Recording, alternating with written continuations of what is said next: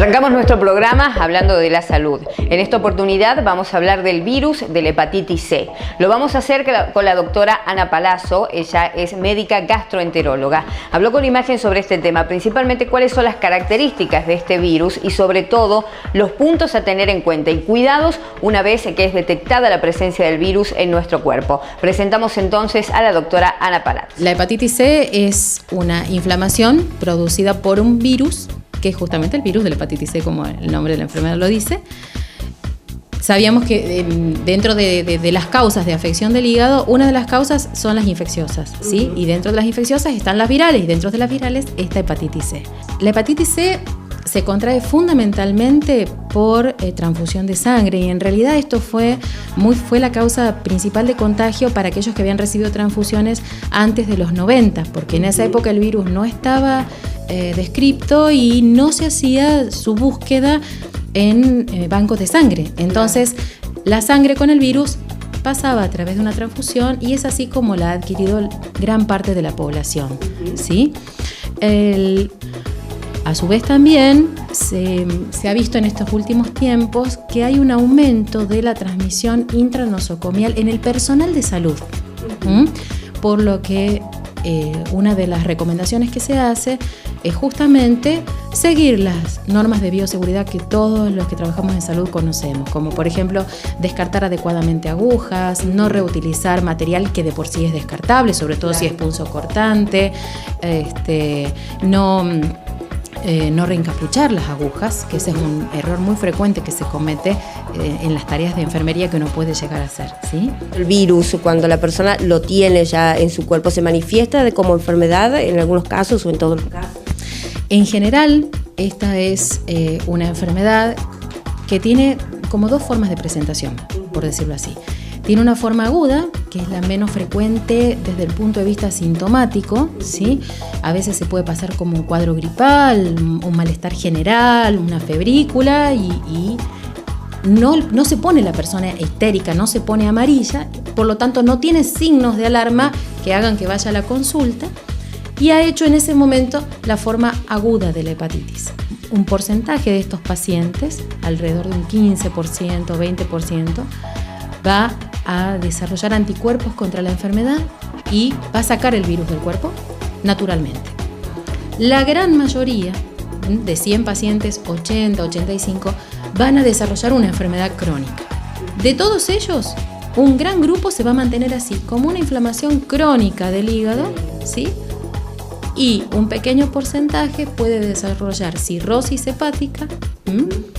Y dentro de esos pacientes que hacen cirrosis hepática uno tiene que estar muy atento porque son los pacientes a los que les tiene que controlar periódicamente el hígado porque pueden desarrollar cáncer de hígado, ¿sí? ¿Qué es lo importante de todo esto? Los pacientes que tienen infección crónica tienen posibilidad de hacer un tratamiento, ¿sí?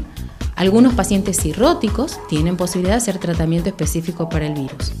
Y los pacientes, ese mínimo porcentaje que ha desarrollado un tumor maligno en el hígado, a su vez también tiene otras posibilidades que serán, por ejemplo, una cirugía o el realizar algún procedimiento sobre ese tumorcito, sobre ese nódulo que apareció, ¿sí?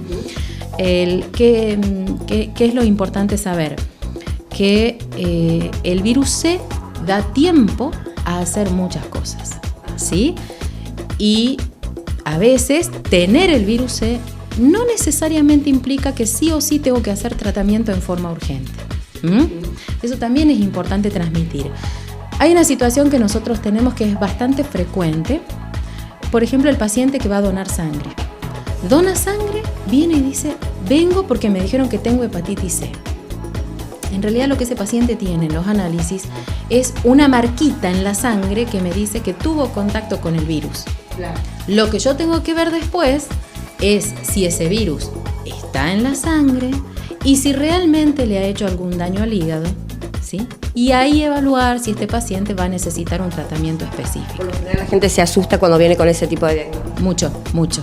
Y después otra causa de derivación es cuando a veces los colegas por ejemplo de otras especialidades notan que en la sangre hay un aumento de transaminasas. Las transaminasas son unas sustancias que el hígado produce normalmente, pero el paciente que tiene hepatitis C tiene esas transaminasas generalmente más elevadas.